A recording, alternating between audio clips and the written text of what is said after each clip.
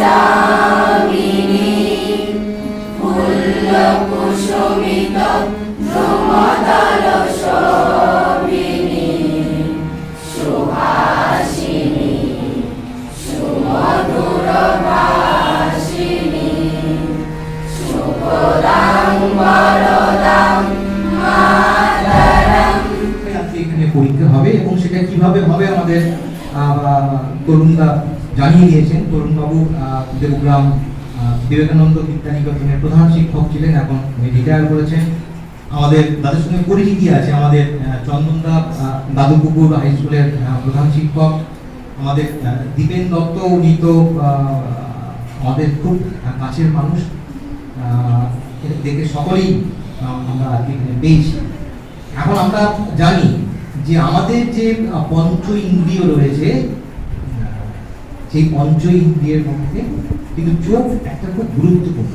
চোখ, এই পঞ্চ ইন্দ্রিয় যাদেরকে আমরা জ্ঞানেন্দ্রিয় বলি, এই পাঁচটা ইন্দ্রিয় কিন্তু বাইরের প্রকৃতির সঙ্গে আমাদের মানব মনের একটা সংযোগ ঘটায়। তাই এই চোখের ডাক্তারবাবু পরবর্তীকালে বলবেন যে চোখের যে বিভিন্ন যে সমস্ত চোখের যে আরো যে অংশগুলো রয়েছে, যে কর্নিয়া রয়েছে, আইরিস রয়েছে, পিপল রয়েছে, রেটিনা রয়েছে, লেন্স রয়েছে, এগুলোর যে কোনো যদি একটা ক্ষতিগ্রস্ত হয় তাহলে কিন্তু আমরা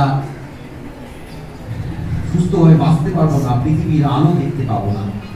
এবং তোরা অনেকেই হয়তো দেখেছিস আমাদের যে কৃষ্ণনগর যে ব্লাইন্ড হেলেন কেলার যে ব্লাইন্ড স্কুলটা আছে, সেখান থেকে অনেকেই কিন্তু এখানে আসেন।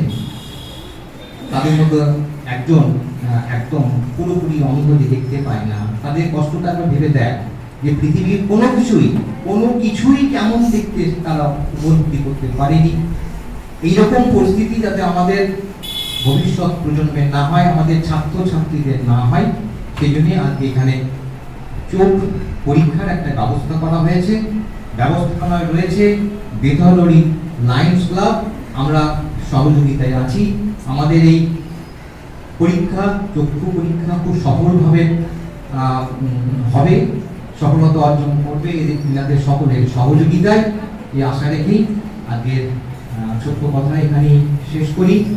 আর আজকে এই বিদ্যালয়ে সভাপতি পরিমা অর্জন করেছে, তাদের প্রত্যেককে তেঁতুলবেড়িয়া উচ্চ বিদ্যালয়ের পক্ষ থেকে আমি আন্তরিক অভিনন্দন জানাই।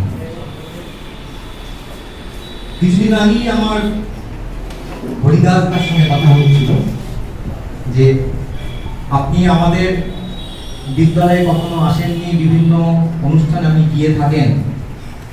উনি কথা দিয়েছিলেন, আজকে এসেছেন এবং আগামীকালও উনি বিদ্যালয়ে আসবেন আমাদের বই মেলার অনুষ্ঠানে।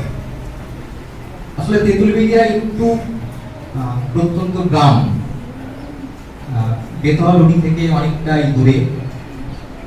বেথলডির আশেপাশের স্কুলগুলো যেমন প্রচারের আলোয় থাকে, এই তেঁতুলবেড়িয়া উচ্চ বিদ্যালয় কিন্তু সেই প্রচার থেকে বঞ্চিত হয়।